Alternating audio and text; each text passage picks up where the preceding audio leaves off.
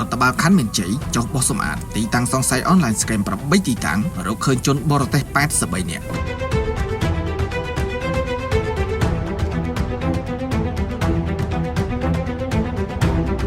ភ្នំពេញនៅថ្ងៃទី1ខែមិថុនាឆ្នាំ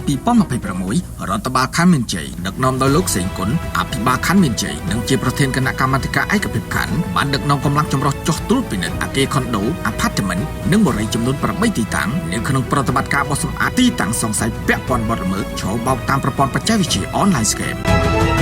ជាលទ្ធផលសមត្ថកិច្ចបានរកឃើញជនបរទេសសរុប83នាក់ស្រី11នាក់មេ11សញ្ជាតិប៉ុន្តែមិនបានរកឃើញសកម្មភាពអនឡាញស្កេមណាមួយក្រោយពីការត្រួតពិនិត្យយ៉ាងម៉ត់ចត់ឡើយទោះបីជាយ៉ាងណាសមត្ថកិច្ចបានរកឃើញជនបរទេសចំនួន37នាក់ស្រី3នាក់ពុំមានឯកសារស្នាក់នៅបានត្រឹមត្រូវតាមច្បាប់ក្នុងនោះភាគច្រើនជាជនជាតិនីសេរីយ៉ាហ្គាណាយូហ្គាន់ដាតូហ្គោកាម៉ារូនប៉ាគីស្ថានមីយ៉ាន់ម៉ានិងណៃជេរីយ៉ាហើយត្រូវបានបញ្ជូនទៅស្នងការដ្ឋាននគរបាលរាជធានីភ្នំពេញដើម្បីបន្តនីតិវិធីច្បាប់រដ្ឋបាលខណ្ឌមានជ័យបញ្ជាក់ថានឹងបន្តចុះត្រួតពិនិត្យជាប្រចាំដើម្បីទប់ស្កាត់និងមកក្រាមនិងលុបបំបាត់បទល្មើសគ្រប់ប្រភេទជាពិសេសបទល្មើសស្កេមអនឡាញសម្ដៅធានាសន្តិសុខសណ្ដាប់ធ្នាប់និងសុវត្ថិភាពជូនប្រជាពលរដ្ឋក្នុងមូលដ្ឋាន